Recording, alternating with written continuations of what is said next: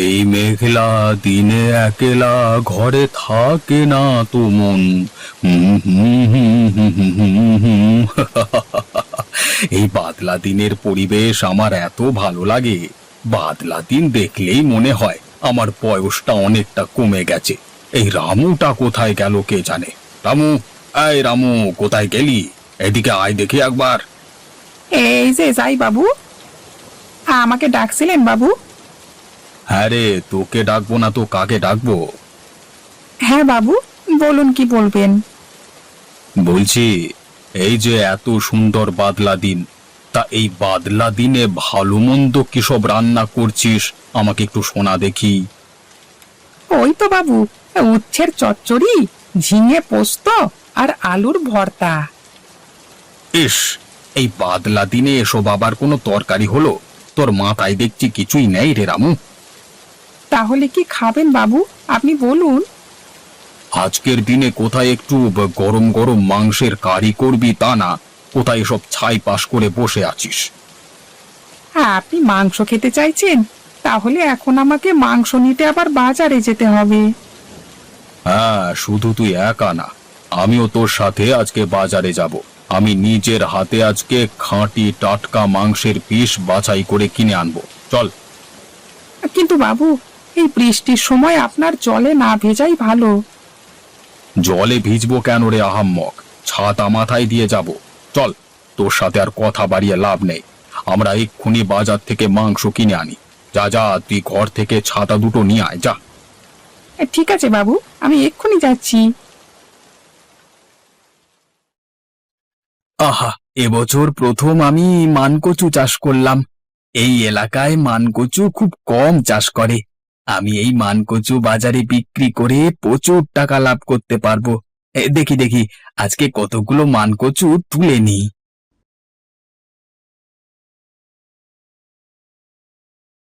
হ্যাঁ গো, বলছি তোমার সাথে কিছু কথা ছিল।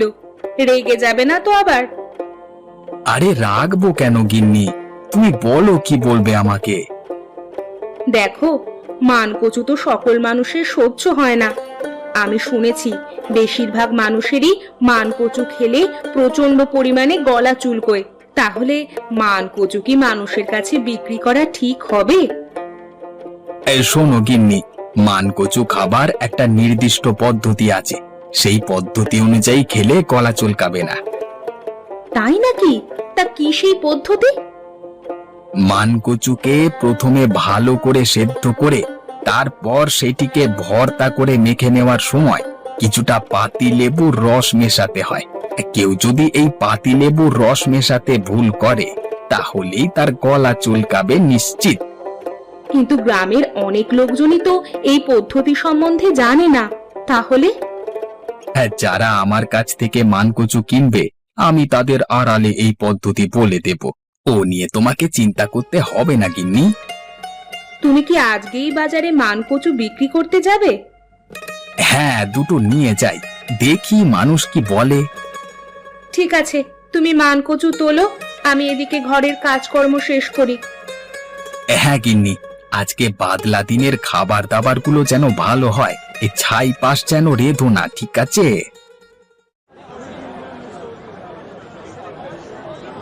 মোড়ল মশাই, ওই দিকটায় চলুন, ওখানে ভালো মাংস পাওয়া যায়। ঠিক আছে, তাই চলো, দেখা যাক কেমন ভালো মাংস পাওয়া যায়।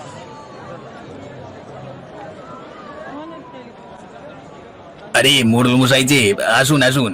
আপনি আজকে এই সময় আসবেন আমি কল্পনাও করতে পারছি না। হ্যাঁ, এই বর্ষার সময় ভিজে ভিজে একটু বাজারে আসতে মন গেল। আর তা শুনলাম তোমার কাছে নাকি ভালো মাংস পাওয়া যায়। হ্যাঁ বাবু, আপনি একদম ঠিক শুনেছেন। আপনাকে কেমন পিস দেব আর কতটা দেব বাবু? আজকে এই বাদলা দিনে মাংসের লেগ পিস খেতে খুব ভালোই লাগে। একদম কারি কারি টকটক ঝাল ঝাল হবে, তাই না? তা আপনি যা বলেছেন বাবু, তাহলে আপনাকে লেগ পিস দেখেই মাংস দিই। হ্যাঁ, আমাকে বেশ বড় বড় লেগ পিস দেখে 1 কেজি মতো মাংস দিয়ে দাও। অত মাংস নিয়ে কি হবে বাবু? কেন, আমি খাবো আর তুই দেখবি নাকি? দোকানদার, তোমাকে যা বললাম তুমি তাই দাও। টাকা পয়সা নিয়ে তোমাকে কোনো চিন্তা করতে হবে না। আবার আমার দোকানে আসবেন মোড়ল মশাই? হ্যাঁ হ্যাঁ, নিশ্চয়ই আসবো। শুধু আমাকে ভালো ভালো পিস দেখে মাংস দিলেই হবে। মোড়ল মশাই, আমার দোকান দিয়েও একটিবার তাকান। সবজির আমার আজকে খুব একটা প্রয়োজন নেই বুঝলে, তবুও তুমি যখন ডাকলে, তাহলে 1 কিলো মতো পেঁয়াজ আর ওই 500 মতো কাঁচা মরিচ দিয়ে দাও। আবার আসবেন মোড়ল মশাই, কেমন?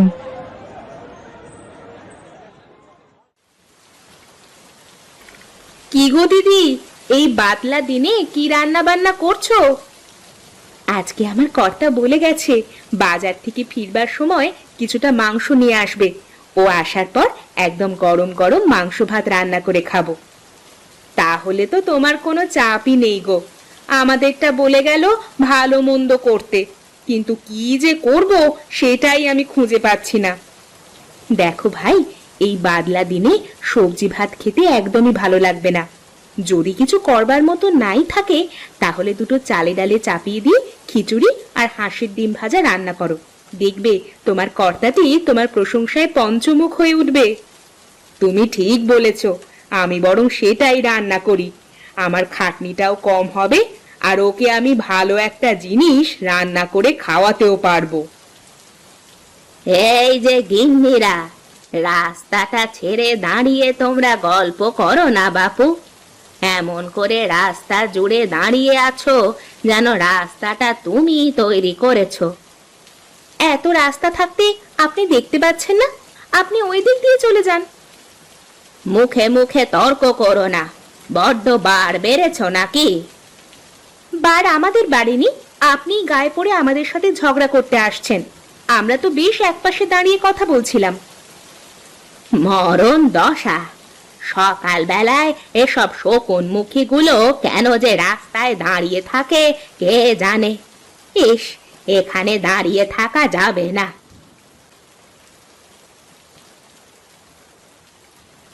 বুড়িটার সাহস দেখলি আমাদের দুজনকে কেমন শকুনমুখী বলে গেল।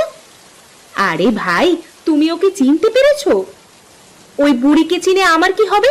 কাদের ঘরের লোক কে জানে বাবা, ঘরের লোক কি করে যে সহ্য করে। ওই বুড়ি হলো আমাদের মোড়ল মশাইয়ের পিসিমা। ও তাই বল, তাই বলি বুড়ির এত সাহস কোথা থেকে এলো? না গো ভাই, আমার তো এবার মোড়ল মশাইয়ের জন্য চিন্তাই হচ্ছে। আমি শুনেছি এই বুড়ি নাকি প্রচন্ড লোভী এবং দজ্জাল। তাহলে বুড়ি না যাওয়া অবধি মোড়ল মশাইয়ের শাস্তির শেষ নেই। চলো ভাই, আমরা এখন বাড়ি যাই।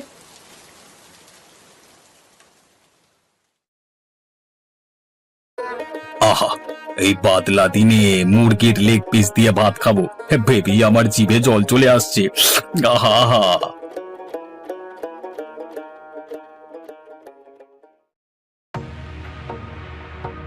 এই রে, কেলো করেছে। পিসিমা আবার এখন কোত্থেকে এলো? এখন কি হবে? কি রে, আমাকে দেখে যে একেবারে ভূত দেখা হয়ে গেলি? একেবারে চোখগুলো ফেরে দাঁড়িয়ে আছিস যে? আরে না না পিসিমা, তুমি যে এই সময় এখানে এসে পৌঁছাবে আমি ভাবতে পারিনি। মানে কেন, আমাকে দেখে আনন্দিত হসনি বুঝি? আনন্দিত মানে? এই আনন্দ আমি রাখবো কোথায় পিসিমা? তুমি তুমি এই সময় আমার বাড়িতে এসেছো, এই যে একেবারে বিরাট ব্যাপার। তুমি ভেতরে বসবে, চলো পিসিমা। না, আমি এখন তোর আরামকে দাঁড়াতেই বসলাম। তুই আমার জন্য শরবত নিয়ে আয় বরং। আচ্ছা পিসিমা, তুমি বসো। হ্যাঁ, আমি এক্ষুনি শরবত নিয়ে আসছি। ওরে রামু, রান্না থামা, রান্না থামা, এদিকে যে হিতে বিপরীত হয়ে গেছে। কেন বাবু, কি হলো আবার? আপনার শরীর খারাপ করছে নাকি? ওরে না রে আহাম্মক, আজকে হঠাৎ পিসিমা এসে পৌঁছেছে। এই কেলো করেছে রে, ওই লোভী বুড়ি আবার চলে এসেছে। আপনার আজ থেকে খাওয়া গেল মোড়ল মশাই। কি আর করা যাবে? তুই এখন 1 গ্লাস শরবত নিয়ে ওকে দিয়ে আয় বাবা, বাইরে বসে আছে। আমি যেতে পারবো নিকো। ওই বুড়ি আমাকে দেখলেই শুধু খ্যাক খ্যাক করে। আপনি আপনার পিসিমাকে শরবত দিয়ে আজকে যান, আমি পারবো না। ওরে রামু, তুই আমাকে ফাঁসাস নিকো। আমার মুখের দিকে একটু তাকা বাবা। ওই লোভী হ্যাংলা বুড়ি যতদিন থাকবে আমি আপনাকে চিনি না বাবু। ভালো ভালো, হাতি পাঁকে পড়লে টিকটিকি তো লাথি মারবেই মারবে। ঠিক আছে, আমি না হয় শরবতটা নিয়ে যাই। কি বলছো কি গিন্নি? ওই বুড়ি আবার এসে পৌঁছেছে? আমাদের মোড়ল মশাই ভালো বলে তার ঘাড় মোটকে খেতে ওই বুড়ি ভীষণ ভালোবাসে। তা যা বলেছো তুমি, আজকে আমাদের সঙ্গে যা ব্যবহার করলো তুমি কল্পনাও করতে পারবে না। না গিন্নি, এইভাবে মোড়ল মশাইকে বিপদের মধ্যে একা ঠেলে দেওয়া যায় না। ওই বুড়ি প্রচন্ড লোভী। মোড়ল মশাইয়ের সবকিছু খেয়ে শেষ করে তারপর এখান থেকে যাবে, তুমি দেখে নিও। তা হ্যাঁ গো, আমরা কিছু করতে পারি না মোড়ল মশাইয়ের জন্য? মোড়ল মশাই তো আমাদের জন্য কত কিছু করেন বিপদের সময়। হ্যাঁ গিন্নি, করতে পারি। আমার মাথায় একটা বুদ্ধি এসেছে। বুদ্ধিটা যদি ঠিকঠাক ভাবে কাজে লাগানো যায় তবে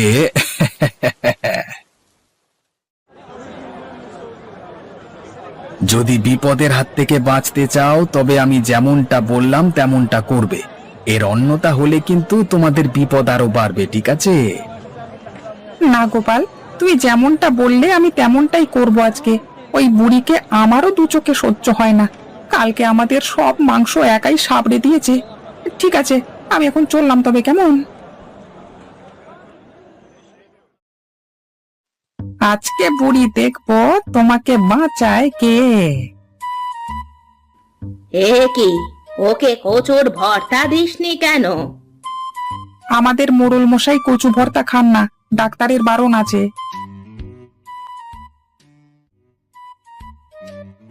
ওরে, তোরা আমাকে কি খাওয়ালি রে? এই যে আমার গলার ভেতর প্রচন্ড চুলকাচ্ছে রে। তোরা ইচ্ছা করে আমাকে মান কচু খাইয়েছিস। না, আমি আর এ বাড়ির অন্ন স্পর্শ করব না। আমি এই মুহূর্তে এই বাড়ি ছেড়ে চলে যাব। জীবনে আর কোনো দিন তোর বাড়ি আসবো না। না না।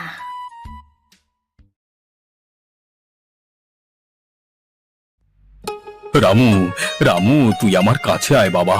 আজকে তুই যদি না থাকতিস তাহলে আমি যে কি করতাম রে বাবা। আমি না বাবু, আমি না।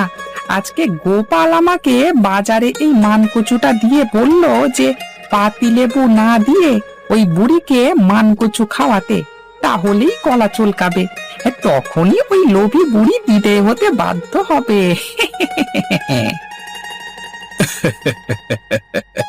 আজকে তোরা সবাই ছিলিস বলে এই বাদলা দিনে লোভী অতিথির হাত থেকে আমি মুক্তি পেলাম।